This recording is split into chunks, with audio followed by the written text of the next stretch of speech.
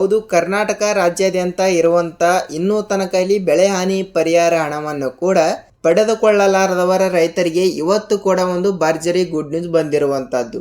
ಹೌದು, ಎಲ್ಲಾ ರೈತರಿಗೂ ಸಹಿತ ಇನ್ನೂ ತನಕ ಬೆಳೆ ಹಾನಿ ಪರಿಹಾರ ಹಣವನ್ನು ಕೊಡಲಿ ಪಡೆದುಕೊಳ್ಳಲಾರದವರ ರೈತರ ಖಾತೆಗಳಿಗೆ ಈಗಾಗಲೇ ನೋಡಿ ಕೆಲವು ಜಿಲ್ಲೆಯ ರೈತರಿಗೆ ಈಗಾಗಲೇ ಹಂತ ಹಂತಗಳಾಗಿ ಇಲ್ಲಿ 20,000 ರಿಂದ 25,000 ರೂಪಾಯಿ ಹಣವನ್ನು ಪ್ರತಿಯೊಂದು ಎಕರೆಗೆ ಇಲ್ಲಿ ಬಿಡುಗಡೆ ಆಗಿರುವಂತದ್ದು.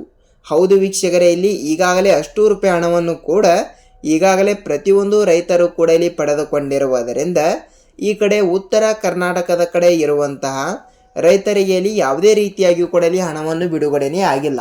ಹೌದು, ಯಾವ ಕಾರಣದಿಂದ ಇನ್ನೂ ತನಕ ಹಣವನ್ನು ಬಿಡುಗಡೆ ಆಗಿಲ್ಲ ಮತ್ತು ಖಂಡಿತವಾಗಿಯೂ ಕೂಡ ಇಲ್ಲಿ ಕಂದಾಯ ಇಲಾಖೆಯ ಸಚಿವರಾಗಿರುವ ಕೃಷ್ಣ ಬೈರೇಗೌಡ ಸರ್ ಅವರು ಕೂಡ ಈ ರೀತಿ ಒಂದು ಮಾಹಿತಿ ಕೊಟ್ಟಿರುವಂಥದ್ದು.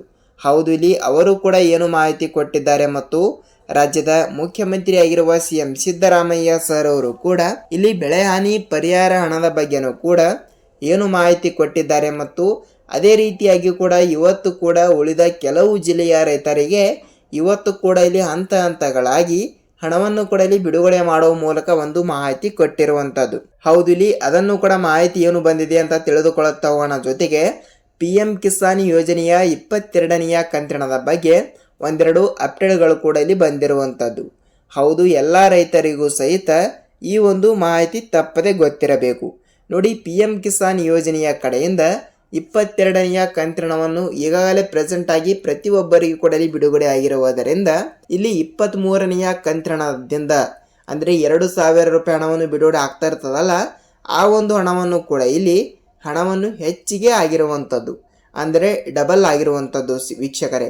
ನೋಡಿ, 2,000ದಿಂದ ಇಲ್ಲಿ ಒಮ್ಮೆಲೆ 4,000ಕ್ಕೆ ಏರಿಕೆ ಆಗಿರುವ ಹಣವನ್ನು PM ಕಿಸಾನ್ ಯೋಜನೆಯ ಹಣವನ್ನು ಪ್ರತಿಯೊಂದು ರೈತರಿಗೂ ಕೂಡ ಶೀಘ್ರದಲ್ಲೇ ಬಿಡುಗಡೆ ಆಗ್ತಾ ಇರುವಂಥದ್ದು.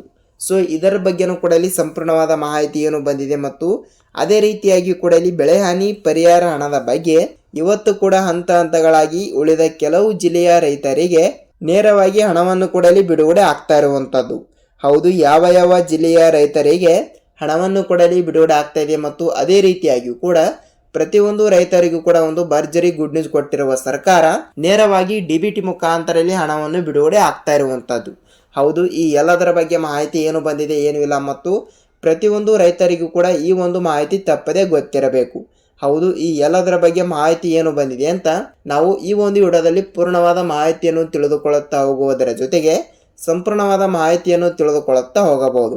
ಹಾಗಿದ್ರೆ ಬನ್ನಿ ವೀಕ್ಷಕರೇ, ಎಲ್ಲ ರೈತರಿಗೂ ಕೂಡ ತಮ್ಮಲ್ಲಿ ಒಂದೇ ಒಂದು ರಿಕ್ವೆಸ್ಟ್ ಏನೆಂದರೆ ನೋಡಿ, ನಿಮ್ಮ ಜಮೀನಿನ ಪ್ರಕಾರ ಇಲ್ಲಿ ನಿಮ್ಮ ಖಾತೆಗಳಿಗೂ ಕೂಡ ಎಷ್ಟು ರೂಪಾಯಿ ಹಣವನ್ನು ಬರಬೇಕು ಅಂತ ನಿಮಗೆ ಲೆಕ್ಕಾಚಾರ ಇರಲೇಬೇಕು. ಅದರ ಬಗ್ಗೆನೂ ಕೂಡ ಇಲ್ಲಿ ಸ್ವಲ್ಪ ತಿಳಿದುಕೊಳ್ಳುತ್ತಾ ಹೋಗೋಣ ಮತ್ತು ಸಂಪೂರ್ಣವಾದ ಮಾಹಿತಿಯನ್ನು ತಿಳಿದುಕೊಳ್ಳುತ್ತಾ ಹೋಗುವುದರ ಜೊತೆಗೆ ತಮ್ಮಲ್ಲಿ ಒಂದೇ ಒಂದು ರಿಕ್ವೆಸ್ಟ್ ಏನೆಂದರೆ ನೋಡಿ, ನೀವೇನಾದರೂ ಮೊದಲ ಬಾರಿಗೆ ನಮ್ಮ ಚಾನಲ್ಗೆ ಹೊಸಬರಾಗಿದ್ದರೆ ತಪ್ಪದೆ ನಮ್ಮ ಚಾನಲ್ಗೆ ದಯವಿಟ್ಟು ಸಬ್ಸ್ಕ್ರೈಬ್ ಮಾಡಿ ಮತ್ತು ಅಲ್ಲೇ ಪಕ್ಕದಲ್ಲಿರುವ ಬೆಲ್ ಐಕನ್ ಕೂಡ ನೀವು ಕ್ಲಿಕ್ ಮಾಡಬಹುದು. ಏಕೆಂದರೆ ನಾವು ಪ್ರತಿಯೊಂದು ಹೊಸ ವಿಡಿಯೋನು ಬಿಟ್ಟಾಗ ನಿಮಗೆ ಪಟ್ಟನೆ ನೋಟಿಫಿಕೇಶನ್ ಬರುತ್ತದೆ. ಸೊ ಆದ ಕಾರಣ ಈ ಒಂದು ವಿಡಿಯೋನ ಎಲ್ಲಿ ಸ್ಕಿಪ್ ಮಾಡದೆ ಪೂರ್ತಿಯಾಗಿ ನೋಡುವುದರ ಜೊತೆಗೆ ನಿಮಗೆ ಸಂಪೂರ್ಣವಾದ ಮಾಹಿತಿ ತಿಳಿಯುತ್ತಾ ಹೋಗುತ್ತದೆ. ಹಾಗಿದ್ರೆ ಬನ್ನಿ, ಈ ಎಲ್ಲದರ ಬಗ್ಗೆ ಮಾಹಿತಿ ಏನು ಬಂದಿದೆ ಏನು ಇಲ್ಲ ಅಂತ ನಾವು ಈ ಒಂದು ವಿಡಿಯೋದಲ್ಲಿ ಪೂರ್ಣವಾದ ಮಾಹಿತಿಯನ್ನು ತಿಳಿದುಕೊಳ್ಳುತ್ತಾ ಹೋಗೋಣ. ನೋಡಿ, ಪ್ರತಿಯೊಂದು ರೈತರಿಗೂ ಕೂಡ ಇಲ್ಲಿ ಮುಂಗಾರು ಹಂಗಾಮಿನಲ್ಲಿ ಅಂದರೆ 25-26ನೆಯ ಸಾಲಿನ ಮುಂಗಾರು ಹಂಗಾಮಿನಲ್ಲಿ ಬೆಳೆ ನಾಶವಾಗಿರುವ ಕಾರಣದಿಂದ ಅತಿಯಾದ ಮಳೆ, ಅತಿಯಾದ ಕೊಳ್ಳ ಮತ್ತು ಅತಿಯಾದ ಚಳಿ ಮತ್ತು ಅತಿಯಾದ ನದಿಯ ಪ್ರವಾಹದಿಂದ ಈ ವರ್ಷದ ಕೊನೆಯ ಅಂದರೆ ನೋಡಿ ಈ ವರ್ಷದ ಏನಂದರೆ ಇಲ್ಲಿ June, July, August and September ತಿಂಗಳಿನಲ್ಲಿ ಅತಿಯಾದ ಮಳೆ ಆಗಿರುವುದರಿಂದ ಕರ್ನಾಟಕ ರಾಜ್ಯದಲ್ಲಿ ಏನಿಲ್ಲ ಅಂದರೂ ಪ್ರತಿಯೊಂದು ರೈತರು ಕೂಡ ಇಲ್ಲಿ ಗೋಳಾಡುವಂಥ ಸಮಯ ಬಂದಿರುವಂಥದ್ದು. ಅಂದರೆ ಎಲ್ಲರೂ ಕೂಡ ಇಲ್ಲಿ ಅನ್ವಯವಾಗಲ್ಲ.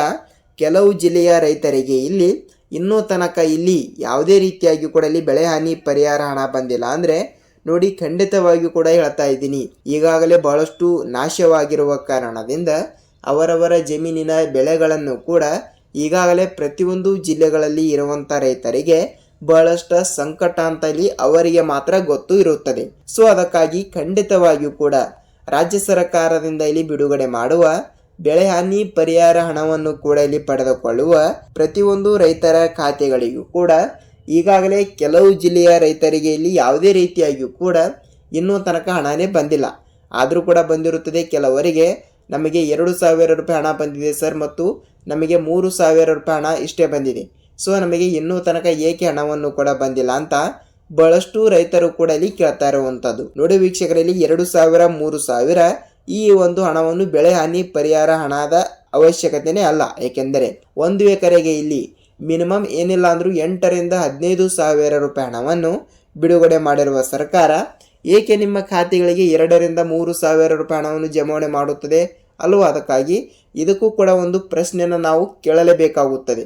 ಯಾವುದೇ ರೀತಿಯಾಗಿಯೂ ಕೂಡ ಇಲ್ಲಿ 2,000 ರಿಂದ 3,000 ರೂಪಾಯಿ ಹಣವನ್ನು ಈ ಬೆಳೆ ಹಾನಿ ಪರಿಹಾರ ಹಣ ಆಗಿರಲ್ಲ ವೀಕ್ಷಕರೇ. ಅದು ಇಲ್ಲಿ ಬೇರೆ ಯಾವುದೋ ಒಂದು ಯೋಜನೆ ಹಣವನ್ನು ಕೂಡ ಇಲ್ಲಿ ಜಮಾವಣೆ ಆಗಿದ್ರೂ ಆಗಬಹುದು. ಈಗಾಗಲೇ ರಾಜ್ಯಾದ್ಯಂತ ಇರುವಂತಹ ಈ ಕಡೆ ಉತ್ತರ ಕರ್ನಾಟಕದ ಕಡೆ ಇರುವಂಥ ಜಿಲ್ಲೆಗಳಾಗಲಿ ಮತ್ತು ದಕ್ಷಿಣ ಕರ್ನಾಟಕದ ಕಡೆನೂ ಕೂಡ ಇರುವಂಥ ಜಿಲ್ಲೆಗಳ ಪೈಕಿ 1 ಎಕರೆಗೆ ಇಲ್ಲಿ 8,000 ರಿಂದ 15,000 ರೂಪಾಯಿ ಹಣವನ್ನು ಬಿಡುಗಡೆ ಆಗಿರುವಂಥದ್ದು. ಅಂದರೆ ಒಬ್ಬೊಬ್ಬರಿಗೆ, ಅಂದರೆ ಒಂದು ಜಿಲ್ಲೆಯಲ್ಲಿ ಕೆಲವು ರೈತರಿಗೆ ಇಲ್ಲಿ ಅವರವರ ಜಿಲ್ಲೆಗಳ ಪ್ರಕಾರ ಮತ್ತು ಅವರವರ ಜಮೀನಿನ ಪ್ರಕಾರ ಮತ್ತು ಅದೇ ರೀತಿಯಾಗಿ ಕೂಡ ಇಲ್ಲಿ ಅವರವರ ಜಮೀನಿನಲ್ಲಿ ಇರುವಂತಹ ಬೆಳೆಗಳ ಪ್ರಕಾರನೂ ಕೂಡ ಇಲ್ಲಿ ಹಣವನ್ನು ವಿಂಗಡಣೆ ಆಗ್ತಾ ಇರುತ್ತದೆ. ಅಂದರೆ ನೋಡಿ, ಉದಾಹರಣೆಗೆ ಇಲ್ಲಿ ದೀರ್ಘಾವಧಿ ಬೆಳೆಗೆ ಸ್ವಲ್ಪ ಹೆಚ್ಚಿನ ಪ್ರಮಾಣದ ಹಣವನ್ನು ಕೂಡ ಇಲ್ಲಿ ಬಿಡುಗಡೆ ಆಗ್ತಾ ಇರುತ್ತದೆ. ಅಂದರೆ ಅದು 1 ವರ್ಷದ ಬೆಳೆಗಳು ಕೂಡ ಇಲ್ಲಿ ಆಗಿರಬಹುದು.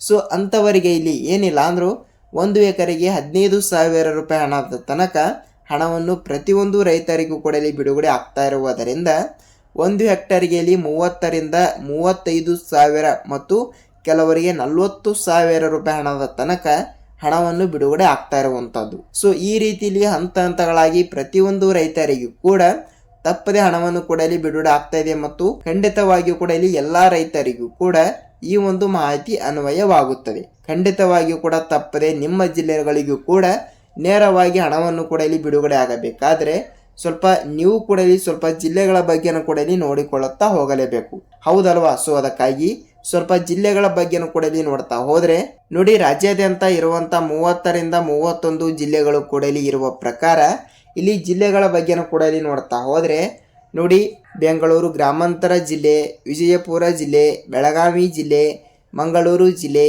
ಮಂಡ್ಯ ಜಿಲ್ಲೆ, ಧಾರವಾಡ ಜಿಲ್ಲೆ, ಬೆಂಗಳೂರು ನಗರ ಜಿಲ್ಲೆ, ಹಾಸನ ಜಿಲ್ಲೆ, ಕೋಲಾರ ಜಿಲ್ಲೆ, ತುಮಕೂರು ಜಿಲ್ಲೆ, ಚಿತ್ರದುರ್ಗ ಜಿಲ್ಲೆ, ಬೆಳಗಾವಿ ಜಿಲ್ಲೆ, ಧಾರವಾಡ ಜಿಲ್ಲೆ, ದಾವಣಗೆರೆ ಜಿಲ್ಲೆ, ರಾಯಚೂರು ಜಿಲ್ಲೆ, ಕೊಪ್ಪಳ ಜಿಲ್ಲೆ, ಕೋಲಾರ ಜಿಲ್ಲೆ, ಮಂಡ್ಯ ಜಿಲ್ಲೆ, ಶಿವಮೊಗ್ಗ ಜಿಲ್ಲೆ ಮತ್ತು ಬೀದರ್ ಜಿಲ್ಲೆ.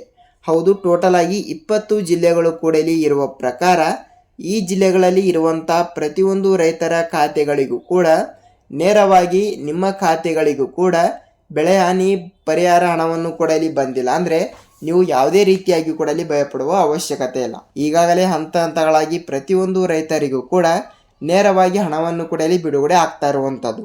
ಖಂಡಿತವಾಗಿಯೂ ಕೂಡ ಇಲ್ಲಿ ಹಂತ ಹಂತಗಳಾಗಿ ಹಣವನ್ನು ಕೂಡ ಇಲ್ಲಿ ಬಿಡುಗಡೆ ಆಗ್ತಾ ಇದೆ. ನೀವು ಯಾವುದೇ ರೀತಿಯಾಗಿ ಕೂಡ ಇಲ್ಲಿ ಭಯಪಡುವ ಅವಶ್ಯಕತೆ ಇಲ್ಲ.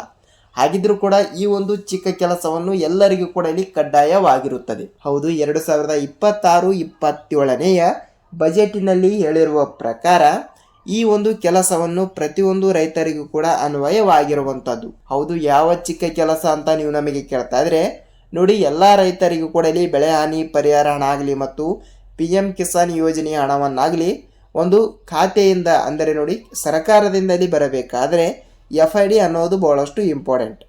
FID ಅಂದರೆ ಏನು ಮತ್ತು ಅದು ಎಲ್ಲಿ ಹೋಗಿ ಮಾಡಿಸಬೇಕು ಮತ್ತು ಅದಕ್ಕೆ ಬೇಕಾಗುವಂಥ ಇಲ್ಲಿ ದಾಖಲಾತಿಗಳು ಕೂಡ ಯಾವುವು ಅಂತ ನೀವು ನಮಗೆ ಕೇಳ್ತಾ ಇದ್ರೆ ನೋಡಿ, ಪ್ರತಿಯೊಂದು ಅನ್ವಯವಾಗುವಂಥ ವಿಷಯಗಳನ್ನು ಕೂಡ ನಾವು ಮಾಡ್ತಾ ಇರ್ತೀವಿ. ಸೊ ಅದಕ್ಕಾಗಿ FID ಅಂದರೆ ನೋಡಿ, ನಿಮ್ಮ ಜಮೀನಿನ ಪ್ರಕಾರ ಇಲ್ಲಿ GPS ಆಗ್ತಾ ಇರುತ್ತದೆ. ಖಂಡಿತವಾಗಿಯೂ ಕೂಡ FID ಮಾಡಿಸಿದ ರೈತರ ಖಾತೆಗಳಿಗೆ ನೇರವಾಗಿ ಸರ್ಕಾರದಿಂದ ಇಲ್ಲಿ DBT ಮುಖಾಂತರ ಹಣವನ್ನು ಬಿಡುಗಡೆ ಆಗ್ತಾ ಇರುತ್ತದೆ. ಖಂಡಿತವಾಗಿಯೂ ಕೂಡ ಇಲ್ಲಿ ನಿಮ್ಮ ತಾಲೂಕಿನಲ್ಲಿ ಇರುವಂತಹ ರೈತ ಸಂಪರ್ಕ ಕೇಂದ್ರ ಇಲ್ಲವಾದರೆ ಕೃಷಿ ಇಲಾಖೆಗೆ ನೀವು ಒಂದು ಸಲ ಭೇಟಿ ನೀಡಿ ನಿಮ್ಮ ಎಲ್ಲ ಡಾಕ್ಯುಮೆಂಟ್ಗಳು ಕೂಡ ತೆಗೆದುಕೊಂಡು ಹೋಗಲೇಬೇಕು. ಅಂದರೆ ಯಾವ ಡಾಕ್ಯುಮೆಂಟ್ಗಳು ಕೂಡ ಅಂತ ನೋಡ್ತಾ ಹೋದರೆ ನೋಡಿ ವೀಕ್ಷಕರೇ, ನಿಮ್ಮ ಆಧಾರ್ ಕಾರ್ಡ್ ಮತ್ತು ನಿಮ್ಮ ಬ್ಯಾಂಕ್ ಪಾಸ್ಬುಕ್ ಮತ್ತು ನಿಮ್ಮ ಆಧಾರ್ ಕಾರ್ಡ್ಗೆ ಲಿಂಕ್ ಇರುವಂಥ ಮೊಬೈಲ್ ನಂಬರ್, ಒಂದು OTP ಕೂಡ ಬರುತ್ತದೆ, ಅದಕ್ಕೆ ಹೇಳ್ತಾ ಇರೋದು. ಅದೇ ರೀತಿಯಾಗಿ ಕೂಡ ನಿಮ್ಮ ಜಮೀನಿನ ಪಹಣಿ ಉತ್ತಾರಿ ಇದೇ ವರ್ಷದ್ದು ಕೂಡ ಆಗಿರಬೇಕು. ಸೊ ಈ 4 ಡಾಕ್ಯುಮೆಂಟ್ಗಳನ್ನು ಕೂಡ ತೆಗೆದುಕೊಂಡು ಖಂಡಿತವಾಗಿಯೂ ಕೂಡ ಅಲ್ಲಿ ಇರುವಂಥ ಸಿಬ್ಬಂದಿಗಳಿಗೆ ನೀವು ಒಂದು ಸಲ ಭೇಟಿ ನೀಡಿ ವಿಚಾರಿಸಿ ನೀವು ತಪ್ಪದೆ FID ಕೂಡ ಮಾಡಿಸಿದರೆ ಮಾತ್ರ ನೇರವಾಗಿ ನಿಮ್ಮ ಖಾತೆಗಳಿಗೂ ಕೂಡ ತಪ್ಪದೆ ಹಣವನ್ನು ಕೊಡಲಿ ಬರುತ್ತದೆ. ಅದು ಓಕೆ, ಇಲ್ಲಿ ಏನೋ FID ಕೂಡ ಮಾಡಿಸಿದ್ರಿ, ಅದು ಓಕೆ. ಸೊ ಇಲ್ಲಿ FID ಆದ ನಂತರ ನಿಮ್ಮ ಪಾಸ್ಬುಕ್ಕಿಗೆ ಹಣವನ್ನು ಬರ್ತದಲ್ಲ, ಆ ಒಂದು ರೂಲ್ಸನ್ನು ಎಲ್ಲರೂ ಕೂಡ ಇಲ್ಲಿ ತಪ್ಪದೆ ಮಾಡಿಸಬೇಕು. ಇದು ಎಲ್ಲರಿಗೂ ಕೂಡ ಅನ್ವಯವಾಗಲ್ಲ. ನಾನು ಪ್ರತಿಯೊಂದು ವಿಡಿಯೋದಲ್ಲಿ ಕೂಡ ಹೇಳಿದ್ದೀನಿ ಮತ್ತು ಅದೇ ರೀತಿಯಾಗಿಯೂ ಕೂಡ ಈ ಒಂದು ವಿಡಿಯೋದಲ್ಲಿ ಕೂಡ ಹೇಳ್ತಾ ಇದ್ದೀನಿ.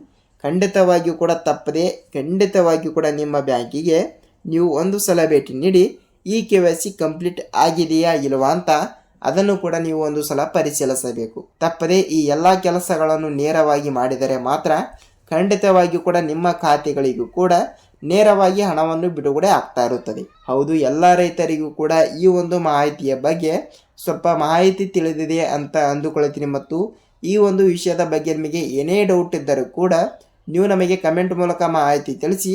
ನಾವು ನೆಕ್ಸ್ಟ್ ಅದರ ಬಗ್ಗೆ ಕೂಡ ಇಲ್ಲಿ ರಿಸರ್ಚ್ ಮಾಡಿ ವಿಡಿಯೋನ ಮಾಡ್ತಾ ಇರ್ತೀವಿ. ಹೌದು, ಇದಿಷ್ಟು ರೈತರಿಗೆ ಉಪಯುಕ್ತವಾಗುವಂತಹ ಒಂದು ಮಾಹಿತಿ ಆಗಿರುವಂಥದ್ದು.